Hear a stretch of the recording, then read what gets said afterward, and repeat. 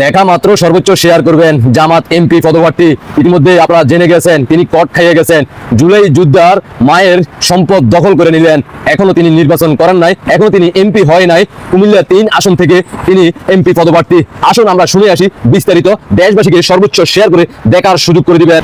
কুমিল্লা 3 মুরাদনগর জামাতের ইসলামী এমপি প্রার্থী ইউসুফ হাকিম সোহেলের বিরুদ্ধে স্বাক্ষর জালিয়াত করে জমি আত্মসাতের অভিযোগ সংবাদ সম্মেলন করে কুমিল্লা নগরী বাগিচা গাঁও এর বাসিন্দা নির্বাহী পরিচালক ফরহাদ হোসেনের স্ত্রী কাজিন ফাতেমা। তিনি অভিযোগ করেন, আমি জুলাই যোদ্ধার সন্তানের মা, অথচ আমরা এই জামাতের ইসলামের নেতা ও এমপির প্রার্থী ইউসুফ হাকিম সোহেলের প্রতারণার শিকার। নতুন বাংলাদেশ। ইউসুফ হাকিম সোহেল যদি ধর্মের লেবাস আমাদেরকে ঠকায়, এমপি হয়ে জনগণকে তো ঠকাবে। হ্যাঁ, এটা তো আমারও কথা।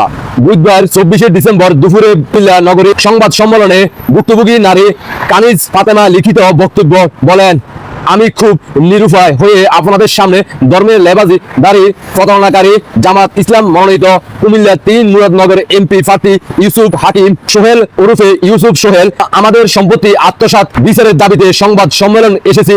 আমি কানিজ ফাতেমা, আমার স্বামী মোহাম্মদ ফরহাদ হোসেন। কি বুঝলেন? জয় বাংলা সৈনিক ভাই বোনরা দেশে প্রবাসে যেখানে থাকেন সর্বোচ্চ শেয়ার করবেন। কুমিল্লা 3 আসনের মুরাদনগর এলাকাবাসী কারা এই ভিডিওটা দেখতে আছেন জানাতে পারেন আরো বিস্তারিত, যদি আপনাদের মনে থাকে কোনো ধরনের কষ্ট। কারণ বাংলার জনগণ ইতিমধ্যে জানে, আমরাও বলে আসতেছি বারবার, তারা এখনো ক্ষমতা আসে নাই। 5 আগস্টের পর থেকে আজকের দিন পর্যন্ত সারা বাংলাদেশে তারা লুটপাট চাঁদাবাজি দখলদার করতেছে।